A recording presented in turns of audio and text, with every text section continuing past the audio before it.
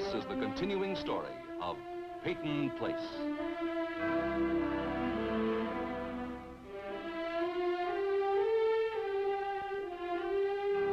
Starring Dorothy Malone as Constance Mackenzie, Warner Anderson as Matthew Swain, Ed Nelson as Michael Rossi, and Mia Farrow as Allison Mackenzie.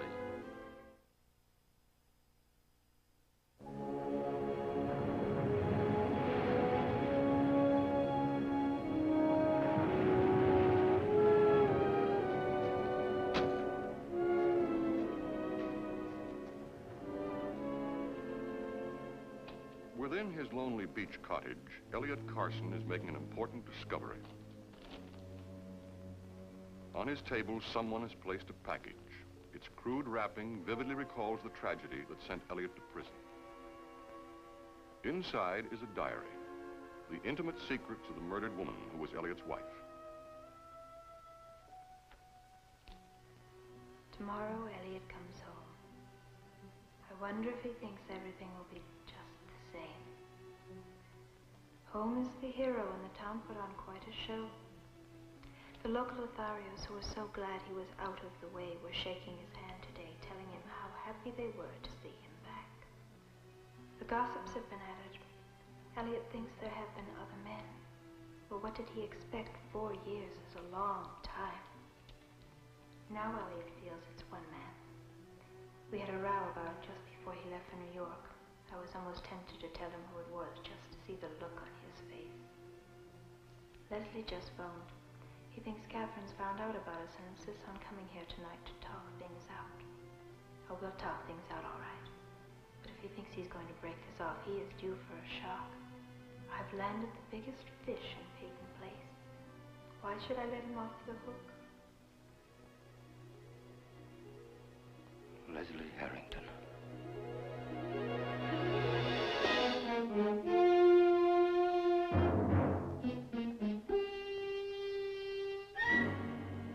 Rodney Robert? No, thank you, not just now. Then I take it this isn't a social call. I need to talk to you, Les. Sit down. Did Norman tell you that he'd come to see me? No, he didn't. I've noticed he hasn't been himself lately, but I wasn't aware that he was sick. He didn't come about himself. It has to do with you. About the way you're acting in regard to Catherine's will. I'm not acting, Robert. I'm reacting. That codicil threatens everything I've ever worked for. Nevertheless, your son is deeply disturbed. As any son would be in the same circumstances. Now, it's natural that Norman would oppose you in this. Norman's opposed me in everything ever since he was born. That's another thing I can thank Catherine for. Don't you see what you are doing to your family? To yourself. The price is too high, Les. You can't pay it even if you win. I assure you, I intend to. By questioning Catherine's mental stability? Well, it seems the opposition is growing. She had no right to leave her interest in the mill to Martin Peyton. That was unfair. You know all I've done for Catherine. I was a doctor, Les. I'll be called upon to testify. I must tell the truth. Isn't your truth colored by your desire to protect the memory of a lifelong friend? No, it isn't. Well, I believe it is. And it would be very unfortunate if you were to testify on Catherine's behalf. Unfortunate? For whom, Les? For you. I sincerely hope you won't put me in the position of having to question your professional abilities. Which means? You and I both know that your incorrect diagnosis was largely responsible for Catherine's death. So, that's the way it is. It has to be. I have too much at stake.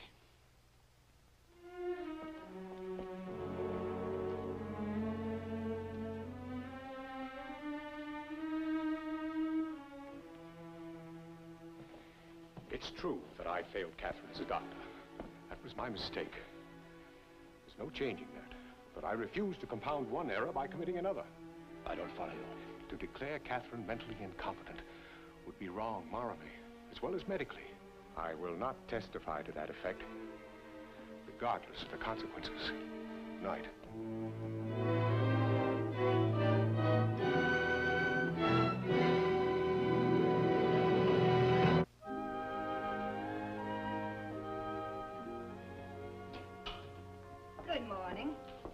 morning, Miss Choate. Oh, I would have thought you'd have finished those by now, Miss Anderson. Well, I'm almost through. Good. Go on. Thank you. You worked third floor west this morning, didn't you? That's right. According to the schedule, the patient in 301 was to have an alcohol rub at 10 a.m. I wonder why it wasn't given. Well, I went to the room, but the patient said she'd rather rest. Oh, so you decided to ignore instructions. No, I didn't ignore instructions, Miss Choate. She just said you didn't want to be bothered. Do you want me to give the rub now? No, it's been taken care of.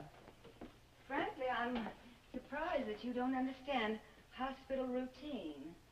After all, you were once a patient here yourself. Yes, I was.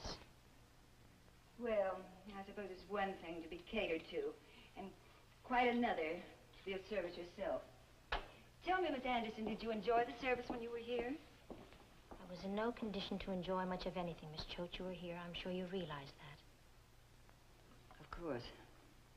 I assisted Dr. Rossi that night. I remember feeling quite sorry for you when you lost the baby. But then at that time, I assumed you were married. And you found out that I wasn't? I try not to make moral judgments about my patients, Miss Anderson. I'm no longer your patient, Miss Choate. That's true. And in all honesty, I must confess the moral character of my nurses' aides does concern me. Very much indeed. But then you're here only on a trial basis. Don't forget that. Why give me any chance at all if you're convinced I'm of such low moral character? Miss Anderson, you were highly recommended by Dr. Rossi. I'm sure he feels there's been a change in your outlook on life, and I'm certainly willing to help anyone I can. It's simply that I must insist that you don't shrug your duties, as you did this morning. That's all, Miss Anderson.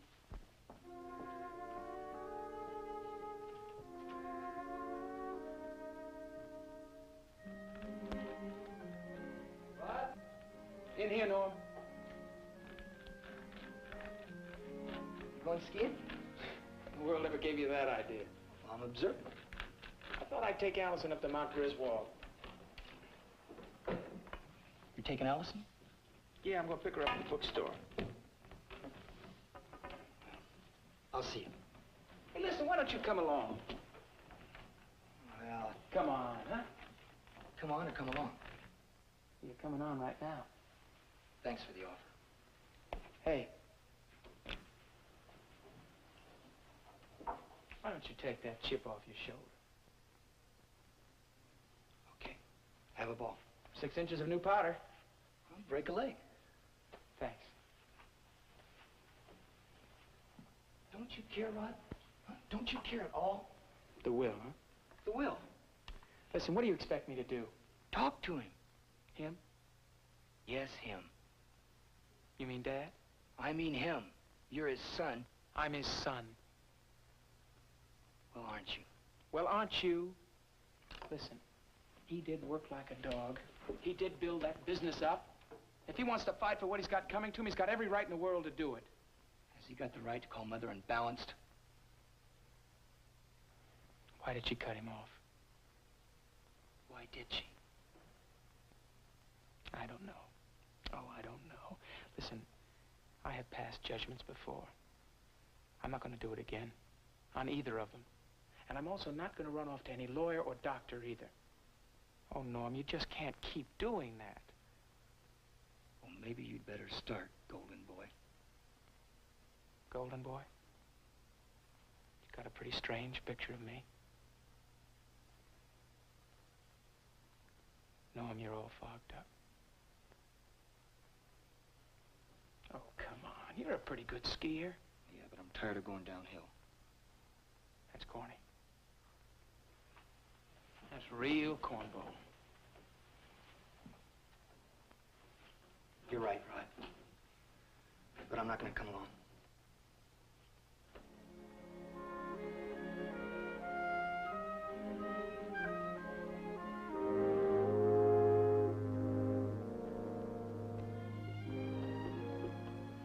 All right, John. We'll continue. You're making a big mistake, honey. You should sell at least 25 copies of that new McGregor. I'll still take 4, John. Didn't you read the advances? The New York critics call it the most definitive work in ornithology since Audubon. And people in Peyton Place watch the birds. They don't buy books about them. For McGregor. Oh, say, how about that collection of short stories? That should be a hot item. All right, I'll take 5. 5? 5.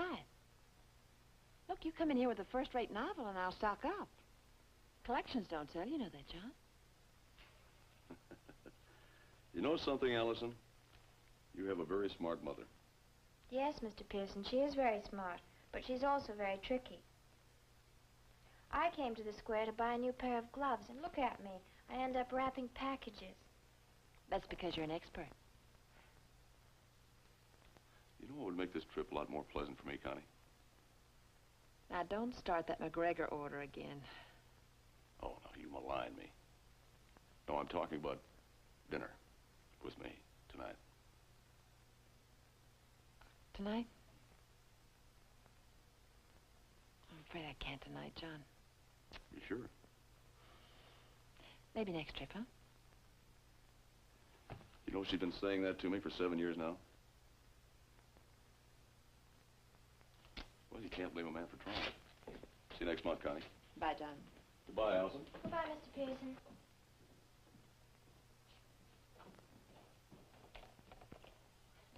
All done. Oh, that's beautiful, Allison. Thank you. Mother, you know Rodney and I won't be back for dinner, don't you? Yes, you told me that. Why? I was wondering why you didn't say yes to Mr. Pearson. Oh, well, You aren't really doing anything tonight, are you? No, not really. Well, you like Mr. Pearson. It might be fun having dinner with him. Are you worried about your poor old mother's social life? I suppose I am. Oh, that'll be Rodney. Well, he certainly isn't shy, is he? I'll be right out.